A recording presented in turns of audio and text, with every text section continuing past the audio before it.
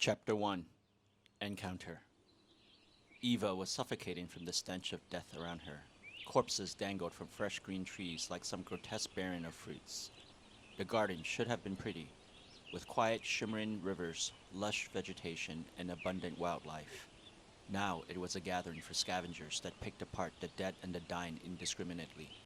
She forced herself to stay awake and alert to avoid being eaten.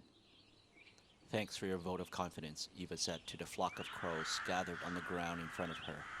She sighed, feeling the weak brush of hot air torch her chapped lips. Everything hurt at this point, and as far as she knew it, everyone around her was dead. Eva let out a weak chuckle that sounded like a hoarse cough. The old seer who foretold great fortune and calamity and all that in between was rotten somewhere amongst the trees. Being a vaticinator certainly did not help her. Eva wondered whether the old woman's prophecy would hold true. She had met the old seer in the unnamed section of town where the populace lived in abject squalor. "Over here," the old woman beckoned. She turned toward the dark alleyway where peddlers of all sorts congregated to sell their wares. Healing potions, hallucinogens, love, hope. The old woman was by her own stand with a wretchedly scribbled sign that read, "Your future toad," as if that were a foregone conclusion. Eva knew better. Everything there was the same type of lie manifested in various forms. "Don't go there. The Coen brothers will find you that way." "How did you—" The old woman raised a crooked finger to her sign and her lips arched into an unstable smile. Eva was had. The seer recounted her past and stated her present, seemingly omnipotent in her accounts. Eva was orphaned at a young age and lived off the streets through thievery, eventually stealing from the Coen brothers. The trouble of finding her was more than the cost of the purloined goods, but they were determined to avenge the affront. Her life to that point neatly summed in a few short sentences. "You were born at the wrong hour, my child," the seer said apologetically, as if Eva had a choice in the matter. "What do you mean?" the girl asked, troubled. "Haven't you had your run-ins with luck? The small cut on your neck isn't trivial, is it?" The question was rhetorical, but Eva's silence only confirmed what the old woman already knew. There are darker wounds that lie deep in the heart and cut the soul. Eva was red. The cumulative years of distrust slid away, even if only temporarily. Her initial impulse was to lie, to accuse the seer of being a charlatan. She opened her mouth and struggled. "I'm afraid your life would be in grave danger. Your future is not bright, and your life force will continue to burn until all that remains are smoke and cinders." "What should I do?" Eva sounded weak, scared, and lost, the opposite of how she wanted. The old lady leaned in close, as if about to divulge an earth-shattering secret. Eva could smell her, a fetid mixture of age and illness. The dark jaundice in the woman's eyes told her she was rotten. "There will be a boy who will come. He wears the forbidden colors. Stay with him." Eva slammed the table. That was enough. "Lunacy!" she exclaimed.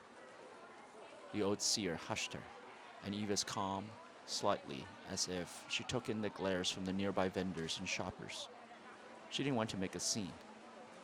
"If the guardians see anyone wearing the forbidden colors, he would be hounded.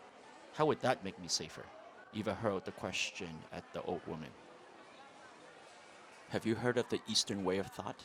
Metal, wood, water, fire, and earth. The 5 elements. Think of it in those terms. You are like fire, and he would be your wood. Consume him, and he will give you life." "Then what about him?" The old woman didn't answer. Her lips parted in a crooked smile that revealed her set of loose and yellow dentition. As Eva stood, tied to the trunk of a tree, she had plenty of time to think, the luxury of a slow death, and her answer was becoming more and more obvious. If the prophecy were to come true. Eva glanced at the horizon, where there had not been a sunset for many, many years, and wondered whether she would catch a glimpse of a miracle. Only a few more hours of light remained before nightfall. Then the horrific screams of those still alive would mix with the sound of the night in a final outcry proclaiming their owner's existence to a crew rotting world where lives ended as insignificantly as the burst of a bubble. Her head drooped, weighed down by the solemn thought, though not for long. Defiance kicked in, her instinctive reaction to all that fate had brought on, and it was defiance that lay at the root of her current predicament. When the Marauders sacked the town, she could have submitted like the other young women, but Eva wanted more. It wasn't enough to live. She wanted to live with dignity and independence and pursue childish fantasies of love and passion. These would be denied her in the hands of the Marauders, who treated women like property to be used, sold, or discarded. She would finally death now, but at least it was her choice. Yet the thought that she might live kept resurfacing, unwilling to let despair submerge it. He appeared, nothing more than a blackened silhouette against the horizon. She initially thought he was a mirage, but as the image grew larger and clearer, she saw the finer details. The black attire, the carmine armband, the longsword across his back. The figure looked every bit like a harbinger of death, though he was her angel of life. He did not see her as he passed her away.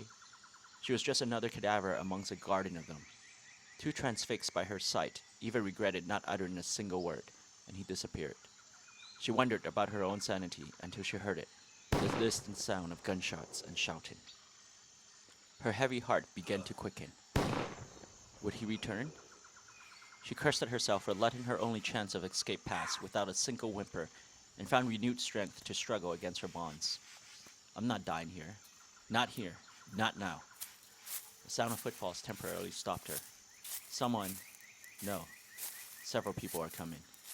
She let her head fall, pretending to be dead, and stole glances from the corner of her eyes. There were 3 pairs of frantically moving feet. The men had just passed her when one of them let out a sharp cry and crashed to the ground. Eva slowly tilted her head and watched through the strands of hair covering her face. The boy had returned. She didn't even see him come by this time, but there he was, blocking the remaining men's retreat. The sword was unsheathed, and judging from the fallen man's wound, it was an extremely effective weapon. "Coward!" one of the men yelled, stinging Eva's ears with his hypocrisy. He fired his last bullet at the boy but missed. His hand swiftly reached for the knife around his belt, readying for close combat. The Marauder's companion was already on the boy, and swung wildly at him with a hatchet. The boy kept just out of reach, and then, in the same breath, lifted his sword and slashed horizontally, effortlessly slitting the hatchet wielder's throat. The man fell to his knees, clutching at his neck. The remaining Marauder dropped his knife and sprinted, but the boy did not give chase. He stood, motionless, and suddenly a brilliant circle of light rippled through the garden, rustling the leaves on the trees and blowing back Eva's hair in a violent tempest of anger. The Marauder fell as the light slammed into him. Eva was no better.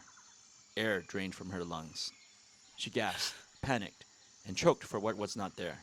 Her end had come. She was certain, but then a wave of cool air washed over her and refilled her starving lungs. Her head pounded. Millions of bright, blistering stars flooded her vision. "Help me," she finally managed to say. He looked around, searching. "Help me. Please. Help me," Eva croaked again. She lifted her head and saw him staring straight into her misery. His face was a constant, frozen sculpture of seriousness, but in his eyes she saw a slight glimpse of recognition. He's seen so much pain, she reflexively thought. The boy lifted his sword. No. She fell, freed from her confines, but too weak to stand on her own.